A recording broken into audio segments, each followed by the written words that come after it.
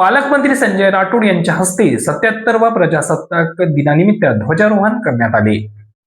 भारतातील प्रजासत्ताक दिनाचा 77वा वर्धापन दिन आज स्थानिक समता मैदान येथे साजरा करण्यात आला.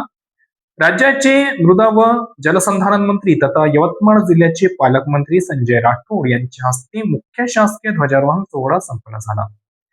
यावेळी जिल्ह्याच्या विकासाचा आढावा घेताना पालकमंत्र्यांनी सिंचन, कृषी, महिला सक्षमीकरण आणि पायाभूत सुविधांच्या बळकटीकरणावर भर दिला.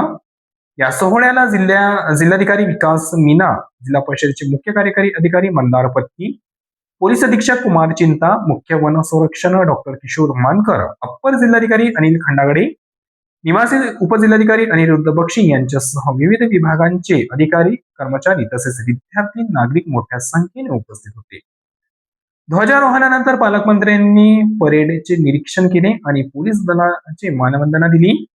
याप्रसंगी उपस्थित सर्व नागरिक आणि विद्यार्थ्यांना बालविवाह प्रतिबंधक शपथ देण्यात आली.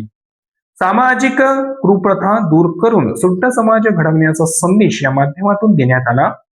देशासाठी सर्वोच्च बलिदान देणाऱ्या शूरवीरांच्या स्मृतींना उजाळा देत कार्यक्रमात वीरमाता व वीरपत्नींचा पालकमंत्र्यांच्या हस्ते सन्मान करण्यात आला.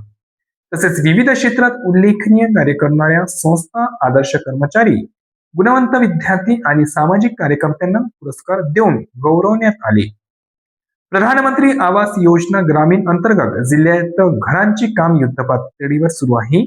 येत्या 1 मे रोजी महाराष्ट्र दिनी लाभार्थ्यांचा भव्य गृहप्रवेश सोहळा साजरा करण्यासाठी येत्या 1 मे महाराष्ट्र दिनी आपल्या घरी या विशेष फलकांचे अनावरण पालकमंत्र्यांच्या हस्ते करण्यात आले.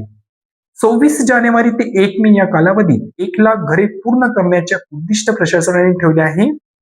यवतमाळ जिल्ह्यात कायदा व सुव्यवस्था आणि प्रशासकीय सेवा अधिक सक्षम करण्यासाठी पालकमंत्री संजय राठोड यांच्या प्रेरणेतून व जिल्हाधिकारी विकास मीना यांच्या पुढाकारातून एकूण 62 वाहने मंजूर झाली आहेत. त्यापैकी प्राप्त झालेल्या 24 अत्याधुनिक वाहनांचे लोकार्पण पालकमंत्र्यांनी हिरवी झेंडी दाखवून केले. पालकमंत्री आपल्या भाषणात म्हणाले की यवतमाळ जिल्हा आज तंत्रज्ञान, कृषी, सिंचन क्षेत्रात मोठी झेप घेत आहेत. बेमडा प्रकल्प आणि निम्न पैनगंगा प्रकल्पामुळे जिल्ह्याचे नंदनवन होईल. 1,95,000 महिलांना लखपती दिदी म्हणून आपण महिला सक्षमीकरणाचा नवा आदर्श ठेवला आहे. तसेच मिशन उभारी आणि योजना पोर्टलच्या यशाबद्दल त्यांनी प्रशासनाचे कौतुक केले. ही माहिती यवतमाळ येथून RN न्यूजचे प्रतिनिधी शाकीर अहमद यांनी दिली.